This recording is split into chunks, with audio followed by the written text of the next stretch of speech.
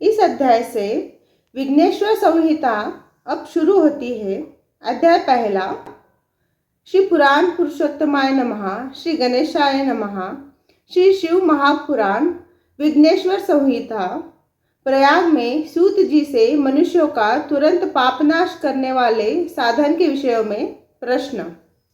जो आदि और अंत में तथा मध्य में भी नित्य मंगलमय है, जिनकी समानता अथवा तुलना कहीं भी नहीं है, जो आत्मा के स्वरूप को प्रकाशित करने वाले देवता परमात्मा है, जिनके 5 मुख हैं और जो खेल ही खेल में अनायास जगत की रचना, पालन और संहार तथा अनुग्रह एवं तिरोभाव स्वरूप 5 प्रबल कर्म करते रहते हैं, उन सर्वश्रेष्ठ अजर अमर ईश्वर अंबिकापति भगवान शंकर का मैं मन ही मन चिंतन करता हूँ।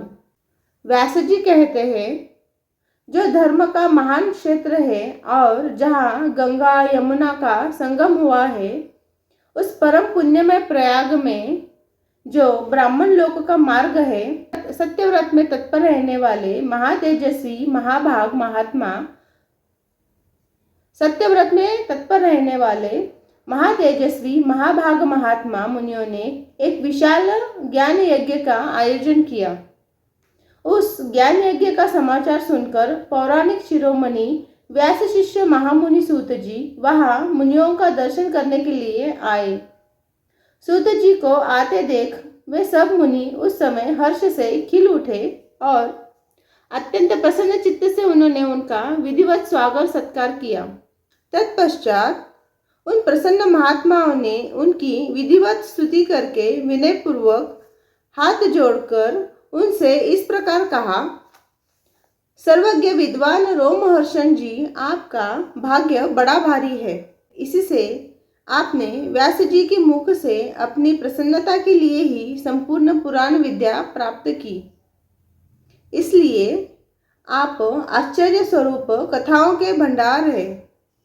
ठीक उसी तरह जैसे रत्नाकर समुद्र बड़े बड़े सारभूत रत्नों का आगार है, तीनों लोकों में भूत, वर्तमान और भविष्य तथा और भी जो कोई वस्तु है, वह आपसे अज्ञात नहीं है।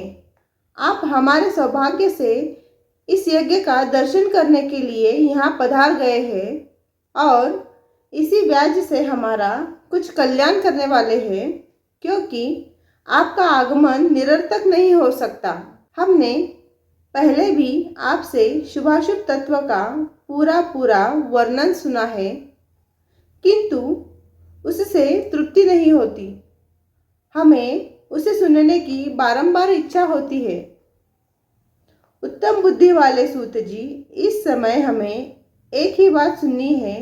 यदि आपका अनुग्रह हो तो गोपनीय होने पर भी आप इस विषय का वर्णन करें। घोर कलयुग आने पर मनुष्य पुण्य कर्म से दूर रहेंगे, दुराचार में फंस जाएंगे और सबके सब सत्य भाषण से मुंह फेर लेंगे, दूसरों की निंदा में तत्पर होंगे, पराये धन को हड़प लेने की इच्छा करेंगे। उनका मन पराई स्त्रियों में आसक्त होगा तथा वे दूसरे प्राणियों की हिंसा किया करेंगे, अपने शरीर को ही आत्मा समझेंगे। मूढ़ नास्तिक और पशु बुद्धि रखने वाले होंगे, माता पिता से द्वेष रखेंगे, ब्राह्मण लोक रूपी ग्राह से ग्रास बन जाएंगे, वेद बेचकर जीविका चलाएंगे, धन का उपार्जन करने के लिए ही विद्या का अभ्यास करेंगे और मद से मोहित रहेंगे, अपनी जाति के कर्म छोड़ देंगे, प्रायः दूसरों को ठगेंगे, तीनों काल की संध्योपासना से दूर रहेंगे और ब्रह्मांड ज्ञान से शून्य होंगे।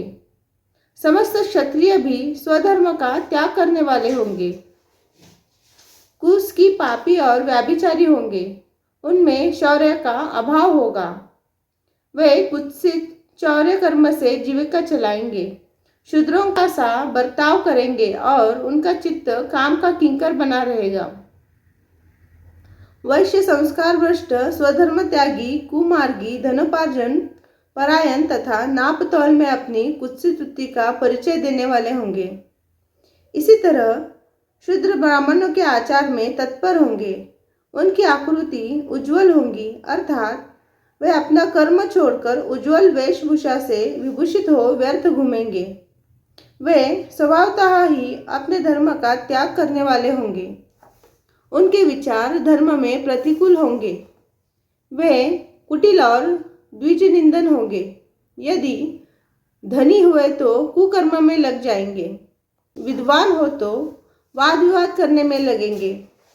अपने को कुलीन मानकर चारों वर्णों के साथ वैवाहिक संबंध स्थापित करेंगे। समस्त वर्णों को अपने संपर्क से भ्रष्ट करेंगे। वे लोग अपनी अधिकार सीमा से बाहर जाकर द्विजोचित सत्कर्मों का अनुष्ठान करने वाले होंगे। कलियुग की स्त्रियां प्रायः सदाचार से भ्रष्ट और पति का अपमान करने वाली होंगी।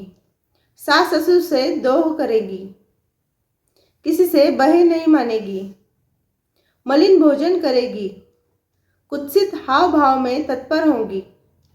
उनका शील स्वभाव बहुत बुरा होगा और वे अपने पति की सेवा से सदा ही विमुख रहेगी। सूत जी, इस तरह जिनकी बुद्धि नष्ट हो गई है, जिन्होंने अपने धर्म का त्याग कर दिया है, ऐसे लोगों को इहलोक और परलोक में उत्तम गति कैसे प्राप्त होगी? इसी चिंता से हमारा मन सदा व्याकुल रहता है।